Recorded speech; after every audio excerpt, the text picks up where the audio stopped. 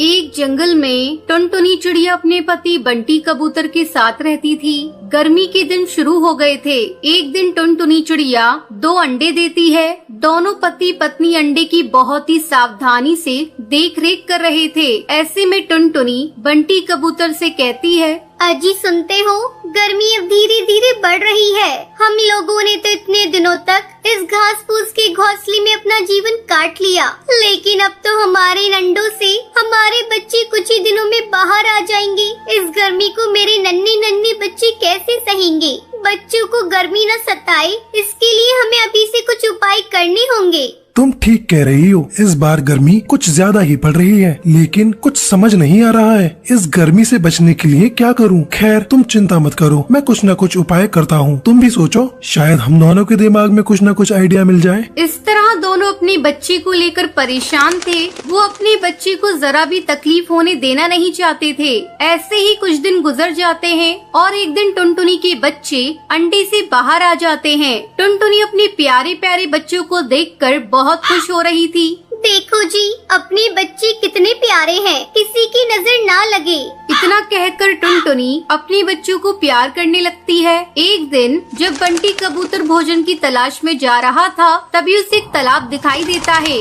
अरे वाह, कितनी ठंडी ठंडी हवा चल रही है। गर्मी का तो नामो निशान नहीं है। मैं आज ही टुनटुनी को जाकर ये बात बताऊंगा, फिर हम लोग यही अपना घोंसला बनाकर अपने बच्चों के साथ रहेंगे। ये सोचकर बंटी कबूतर बहुत ही खुश हो रहा था और खुशी खुशी घर आकर ये बात टुनटुनी को बताता है। उसकी बातें सुनकर टुनटुनी भी खुश हो जाती है। ठीक है जी, मैं कल ही आपके साथ उस जगह को देखने जाऊंगी। अगले दिन टुनटुनी चिड़िया बंटी कबूतर के साथ उस तालाब पर जाती है। वो इधर उधर देखती है। आपने बिल्कुल ठीक कहा था जी, यहाँ पर तो बहुत ही ठंडक है। तभी टुनटुनी की नजर तालाब के पास पड़ी मिट्टी पर जाती है। वो खुशी से चिल्लाकर कहती है, इधर देखो जी, यहाँ कितनी सारी मिट्टी पड़ी है। तुम्हें पता है मिट्टी का घर कितना ठंडक देता है? गर्मी में हम इसी मिट्टी से अपना मटका घर बनाएंगे। उसकी ये बातें सुनकर बंटी कबूतर कहता है, अरे टुनटुनी, तुम्हारे दिमाग का तो कोई जवाब नहीं। तुम्हारा आइडिया तो बहुत अच्छा है। फिर दोनों मिलकर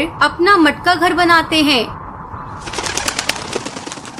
और फिर बच्चों के साथ तालाब के किनारे वाले पेड़ पर रहने लगते हैं। इधर जंगल के पक्षी भीषण गर्मी से परेशान थे। एक दिन कालू कौवा तालाब पर पानी पीने जाता है। अरे ये क्या, यहाँ टुनटुनी चिड़िया तो मटका घर बनाकर आराम से रह रही है। वो टुनटुनी चिड़िया के मटके घर के पास जाकर आवाज लगाता है, टुनटुनी बहन, अरे ओ टुनटुनी बहन, तुम तो बहुत ही चालाक निकली। तुम यहाँ तालाब के किनारे मटका घर बनाकर रह रही और मैं वहाँ गर्मी से जल रहा हूँ। तुमने हम पक्षियों के साथ अच्छा नहीं किया। तुम मेरे लिए भी एक ऐसा ही मटका घर बना कर दो। अगर तुमने ऐसा नहीं किया तो मैं तुम्हारा मटका घर तोड़। कालू भैया, ये तुम कैसी बातें कर रहे हो? अगर तुम्हें भी यहाँ रहना है तो तुम भी अपना मटका घर बना कर रहो। तुम्हें किसने रोका है? तुम्हें तो पता है मेरे छोटे छोटे बच्चे हैं, मेरे पास इतना समय नहीं है मैं तुम्हारे लिए मटका घर बना कर दूँ।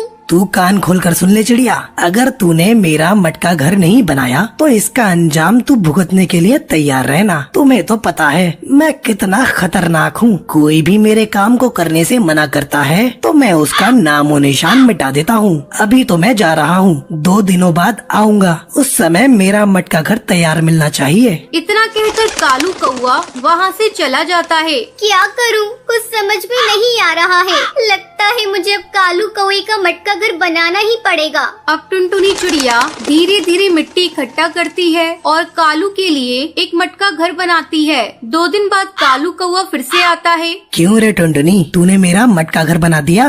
हाँ कालू भैया, वो देखो मैंने तुम्हारा मटका घर बना दिया है। कालू कौवा अपने मटके घर में जाकर बहुत खुश हो जाता है। आहा, इस मटके घर में तो बहुत ही ठंडक है। अब तो मुझे भी गर्मी नहीं लगेगी। अगर मैंने इस चिड़िया को इतना डराया नहीं होता तो ये मेरा मटका घर बनाकर नहीं देती। इस तरह कालू कौवा अपने मटके घर में रहने लगता है। जब जंगल के पक्षी को ये बात पता चलती है तो वो भी अपना मटका घर बनाकर खुशी खुशी वहाँ रहने लगते हैं। ये सब देखकर टुनटुनी चिड़िया बहुत ही खुश हो जाती है और सभी के साथ मिलजुल कर रहने लगती है।